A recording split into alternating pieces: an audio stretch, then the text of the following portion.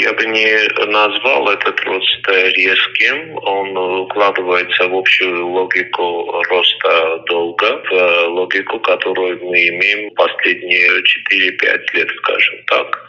Фактором роста долга является дефицит государственного бюджета. Так как у нас бюджет дефицитный и дефицит существенный, можно сказать, то, конечно же, это приводит к росту долга правительства, можно так сказать. И в соответствии с этим мы имеем, определенный рост общей задолженности, но здесь ключевым моментом является управляемость долга. Является ли долг управляемым и являются ли ключевые индикаторы, которые очень важны для мониторинга долга, находятся ли они в диапазонах, которые позволяют нам оценивать долг как управляемый.